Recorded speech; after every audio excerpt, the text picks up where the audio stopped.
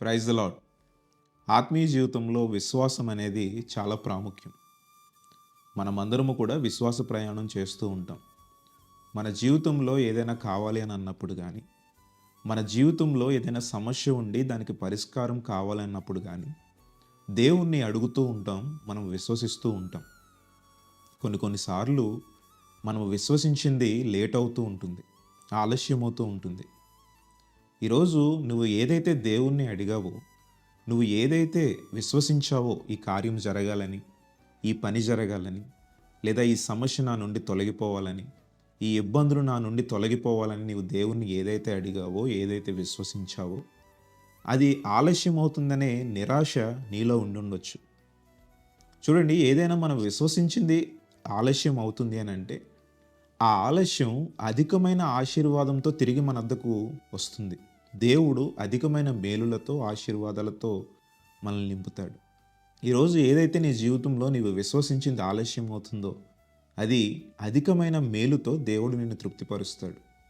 ఎప్పుడు కూడా నిరాశ అనేది నీ జీవితంలోనికి రాకూడదు. చూడండి, పరిశుద్ధ గ్రంథం సెలవిస్తుంది.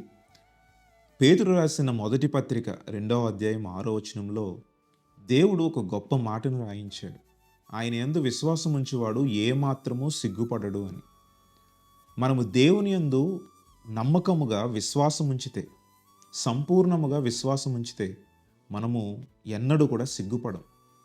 దేవుడు మనల్ని సిగ్గుపడనిచ్చే విధముగా చేయడు. నలుగురిలో దేవుని నమ్ముకున్నందుకు సిగ్గుపడే వాడిగా దేవుడు నిన్ను చేయడు. తలెత్తుకునేవాడిగా, తలగా నిన్ను చేస్తాడు. చూడండి, అబ్రహాముకు దేవుడు వాగ్దానం చేశాడు. అబ్రహాము ఆ వాగ్దానమును నమ్మాడు, దేవుని యందు విశ్వాసం ఉంచాడు.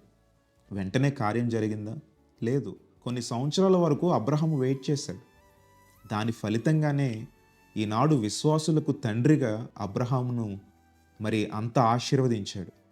ఈరోజు నీ జీవితంలో ఏదైతే కొరతగా ఉండి నీవు దేవుణ్ణి అడుగుతున్నావో, దేవుని యందు విశ్వాసం ఉంచావో, నా జీవితంలో ఈ కార్యం జరగాలి, నా జీవితంలో నీ సమస్య తొలగిపోవాలని నువ్వు దేవుని అడిగి విశ్వసించావో, ఆ కార్యము దేవుడు చేయుటకు సిద్ధంగా ఉన్నాడు.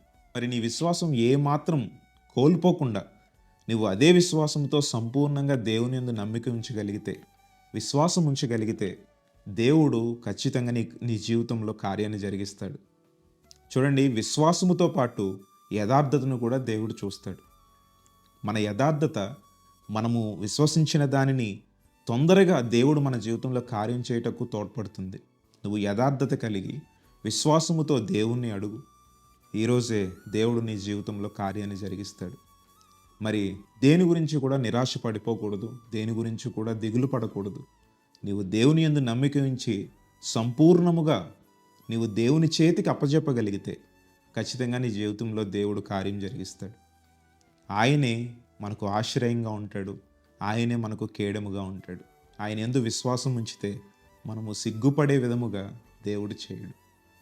Praise the lord.